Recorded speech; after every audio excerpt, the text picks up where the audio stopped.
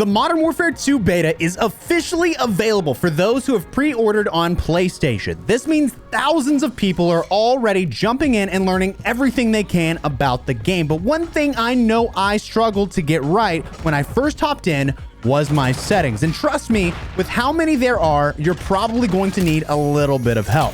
So in this video, I'm going to be running through the settings I've found to be the absolute best to allow you to not only hear footsteps better, but actually be able to slide cancel, which isn't supposed to be in the game, and ensure your version of Modern Warfare is looking the absolute best it can. Without further ado, let's dive right into our graphics settings. Firstly, to even get into your settings, what you're going to want to do is press the pause button on your controller and then go on over to the settings tab by pressing R1 and then go to whatever settings you're trying to go to. For us, we're going to be going to graphics. And I'm going to be giving you these settings that I use because I think personally, these are going to be the best to make sure it looks the best. Starting off, we have on-demand texture streaming. This all depends on whether or not you have good internet. If you do not, turn this off. If you do, I highly recommend you keep it on. I'll go ahead and let you see what I have below it. However, it doesn't really matter all that much. Moving down, you're going to see I've turned a lot of things off in post-processing effects.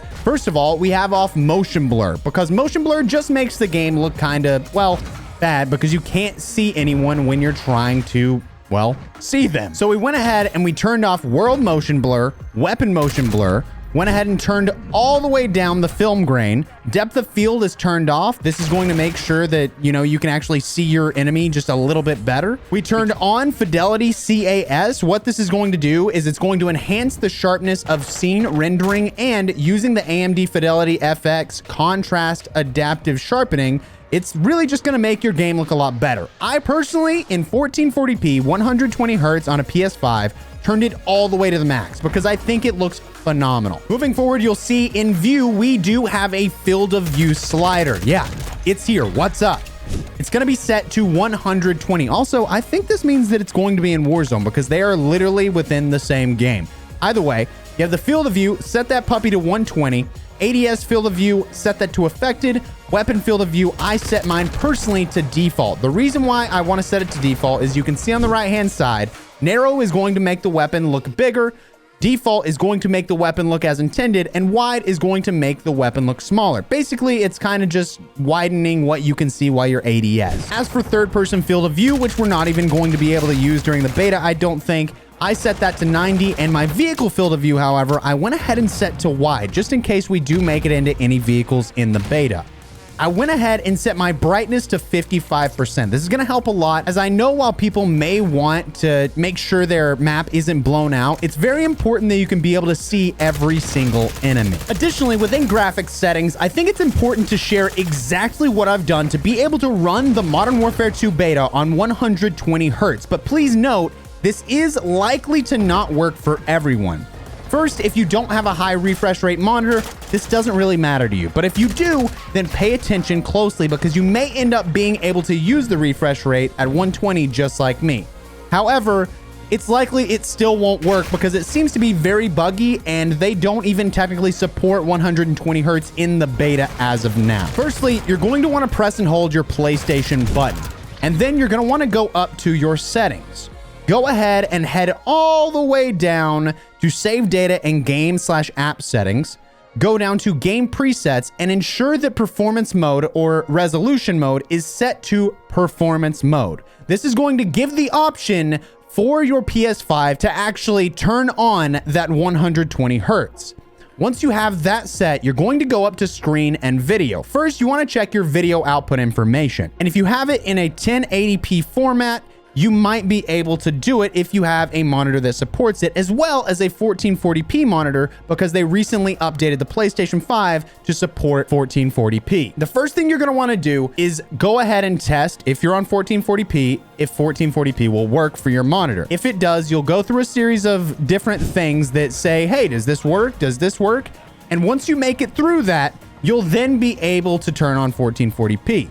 Go ahead and set the resolution to 1440p. Once you do that, make sure that 120 hertz output is also set to automatic. Go ahead and turn this to off, and then go down to HDR and ensure that that is turned off. And I personally feel it helps to set RGB range to limited, because in most cases you don't have anything that's going to be using the full range of RGB. Once you've taken care of that, if you were already in the game, go ahead and close the game out. And then when you open the game back up, go ahead and press and hold the PlayStation button again, go up to the settings, and make your way back down to screen and video. Check to see if video output information shows that you are on 120 hertz. If you are not, then unplug and replug the HDMI cable and restart the game again. That may help you to get to that 120 hertz. If you're still having issues getting your 120 hertz to display, then go ahead and go to your settings, go all the way down to your save data and game app settings, then go to save data PS5, console storage, click it, go to delete, and then once it loads, go and select the Modern Warfare 2 beta and click delete. Then launch your game back up, and it should fix your problem with 120 hertz. Moving forward, let's go ahead and dive right into my audio settings. I think this is going to be fantastic for a lot of people that are having trouble hearing footsteps, because trust me, they are unbelievably loud in this game when people don't have dead sounds. So the first thing I do is turn audio mix to headphone bass boost. There doesn't seem to be anything else that I feel does the job that it should. Then make sure your master volume is set to 100. You can set your music volume to whatever you want, but I would personally either set it really low or all the way to 0. Set your dialogue volume to 40. This is going to allow you to hear whenever a character calls out an enemy. Set your effects volume to 100 because this is going to ensure that you hear everything at the quality that it should be. And I personally set my hit marker volume to 70.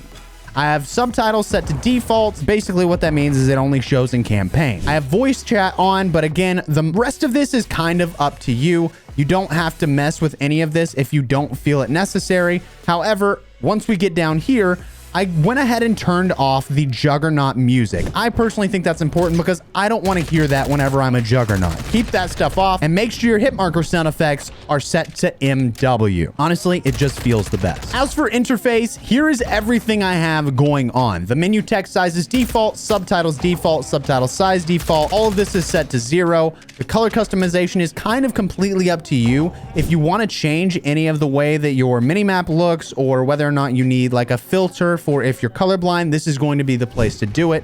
I personally didn't change any of that. I then have minimap shape set to square, minimap rotation set to on, horizontal compass set to on, crosshairs set to on, hit marker visuals on, damage-based hit markers on. Player names, I personally set it to abbreviated. It's kind of up to you. I've personally had a couple of issues with the player names not popping up here and there, which is a little weird. Vehicle HUD prompts, I've set to fade after 5 seconds. Telemetry is set to default. I don't really feel like I need it. It's completely up to you if you really want to see all the stuff in the top left-hand corner. And then tooltips, I still have set to on because, well, I don't know everything about this game just yet. Moving into controller, it's important to note that if you press R1, it's going to take you to an advanced tab, and we are absolutely going to be looking at that in just a minute. First, let's go through the original controller setup. A lot of these are going to be based on preference, so if you decide that you want to use a different button layout or stick layout, that's completely up to you, but these are the settings that I have found work best for me. And by the way, this is the first time I've used a controller in a very long time, but let me tell you, I've gone through and I've found some of the best settings that players were using in Warzone, and this is what I feel will give you the most aim assist, which is going to be huge for a lot of players that seem to complain about that constantly. And trust me,